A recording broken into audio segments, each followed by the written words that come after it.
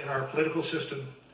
They needed to be investigated and understood, and that is among the reasons why the Department of Justice established our office.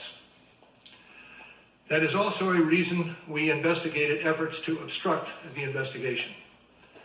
The matters we investigated were of paramount importance.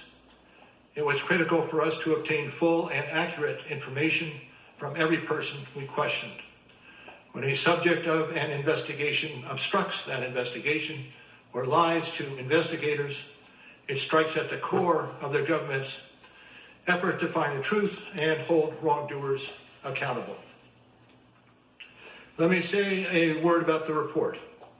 The report has two parts, addressing the two main issues we were asked to investigate.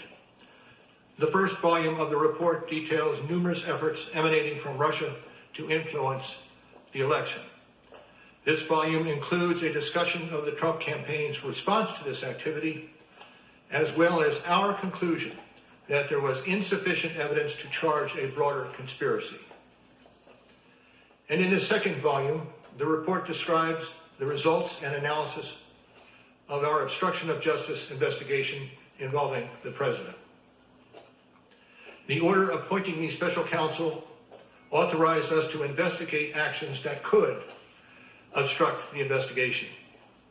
We conducted that investigation, and we kept the office of the acting attorney general apprised of the progress of our work.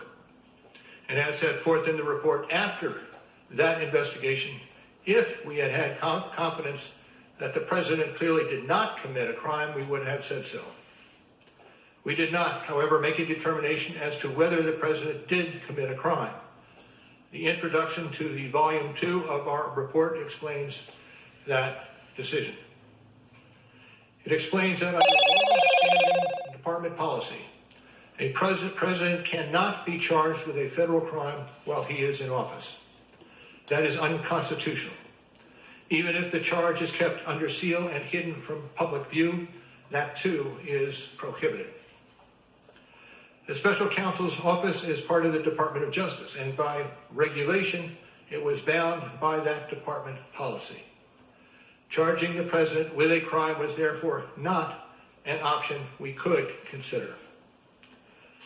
The department's written opinion explaining the policy makes several important points that further informed our handling of the obstruction investigation. Those points are summarized in our report, and I will describe two of them for you. First, the opinion explicitly permits the investigation of a sitting president because it is important to preserve evidence while memories are fresh and documents available. Among other things, that evidence could be used if there were co-conspirators who could be charged now. And second, the opinion says that the Constitution requires a process other than the criminal justice system to formally accuse a sitting president of wrongdoing. And beyond department policy, we were guided by principles of fairness. It would be unfair to potentially accuse somebody of a crime when there can be no court resolution of the actual charge. So that was Justice Department policy. Those were the principles under which we operated, and from them we concluded that we would not reach a determination one way or the other about whether the president committed a crime. That is the office's final position, and we will not comment on any other conclusions or hypotheticals about the president. We conducted an independent criminal investigation and reported the results to the Attorney General, as required by department regulations. The Attorney General then concluded that it was appropriate to provide our report to Congress and to the American people. At one point in time, I requested that certain portions of the report be released.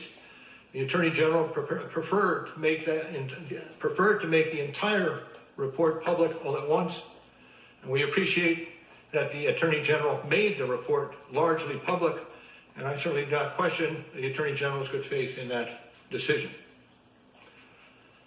Now, I hope and expect this to be the only time that I will speak to you in this manner. I am making that decision myself. No one has told me whether I can or should testify or speak further about this matter. There has been discussion about an appearance before Congress. Any testimony from this office would not go beyond our report.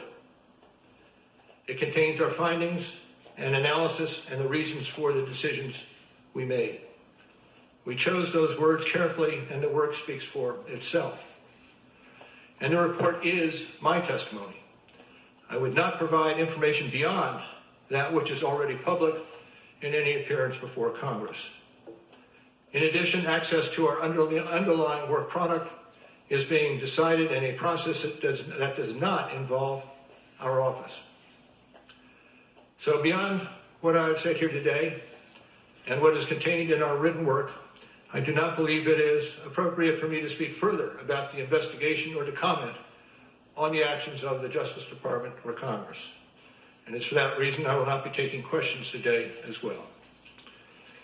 Now, before I step away, I want to thank the attorneys, the FBI agents, the analysts, the professional staff who helped us conduct this investigation in a fair and independent manner. These individuals who spent nearly 2 years with the special counsel's office were of the highest integrity. And I will close by reiterating the central allegation of our indictments, that there were multiple, systematic efforts to interfere in our election. And that allegation deserves the attention of every American. Thank you for being here today. And you have been listening to Special Counsel Robert Mueller's first public statements on the Trump-Russia investigation, also announcing he is stepping down and going back into the private sector. The main message here, the Justice Department did not make a determination on whether the president